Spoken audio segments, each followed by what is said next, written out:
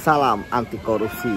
Pada kesempatan kali ini sambil menunggu anak-anak berenang, kita bahas mengenai apa yang dilakukan oleh penyidik ketika tersangka maupun saksi kasus korupsi tiba-tiba sakit, tidak bisa menghadiri pemeriksaan. Padahal beberapa hari sebelumnya surat panggilan sudah dilayangkan dan diterima yang bersangkutan.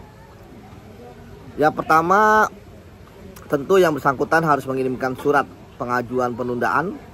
Kemudian yang kedua, surat sakitnya. Yang nantinya penyidik akan menganalisis ya, apakah benar sakit atau nyakit ya. Artinya hanya dijadikan alasan.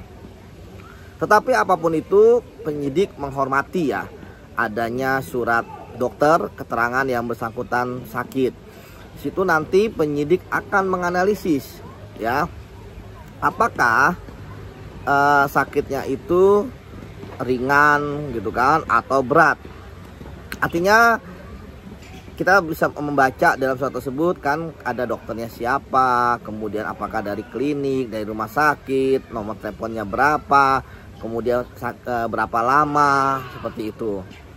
Kalau memang sakitnya memang rawat jalan, artinya tidak menginap, tidak rawat inap ya, biasanya penyidik akan memanggil, misalnya kalau di rumah sakit itu 3 hari ya, kemudian kalau di suratnya itu 3 hari, maka kemudian penyidik akan memanggil mungkin di hari keempat atau hari kelima, seperti itu, karena memang kan surat itu adalah surat resmi dari dokter gitu. Apakah penyidik juga mengkonfirmasi? Ya terkadang juga dikonfirmasi gitu kan, apa benar ini suratnya dikeluarkan, tapi hanya sebatas itu. Sekali lagi bahwa surat dokter itu harus dihormati ya, karena itulah kewenangan dokter. Yang paham orang itu sakit atau tidak adalah dokter. Jadi kalau untuk yang sakit-sakit ringan sebenarnya tidak masalah ya untuk mangkir, kemudian alasannya sakit, dan nanti penyidik akan memanggil kembali berdasarkan keterangan yang ada di situ, berapa lama dia sakit seperti itu dan berapa lama recovery-nya.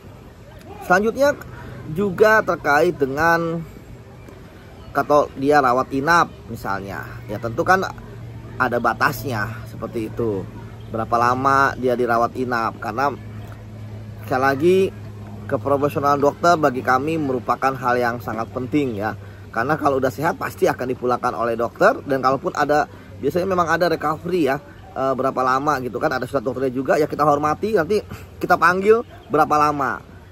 Termasuk juga kalau misalnya sakitnya berat. Nah kalau sakitnya berat ya tentu kita akan melakukan second opinion ya. Kami penyidik biasa sudah paham, sudah tahu harus menghubungi siapa di ID misalnya, sudah banyak pengalaman juga, apalagi sudah ada MOU ya antara KPK dengan ID. Jadi ada second opinion. Kemudian selanjutnya kalau misalnya ternyata masih tidak hadir juga ya kan, ya tentu penyidik akan, misalnya kalau saksi ya setelah panggilan kedua akan membawa panggilan paksa gitu kan. Kalau tersangka akan dilakukan penangkapan. Artinya bahwa penegakan hukum kan ada hak asasi manusia juga. Ketika memang sakit ya mau diapain ya kan, tidak bisa juga kita datang ke sana kemudian kita langsung menyeret gitu kan, nggak bisa, itu kan melanggar HAM seperti itu. Sekali lagi kita percaya bahwa pasti saksi atau tersangka akan datang gitu kan, kecuali memang melarikan diri seperti itu. Dan sakit hal yang wajar, dan kita percaya profesionalitas dari para dokter.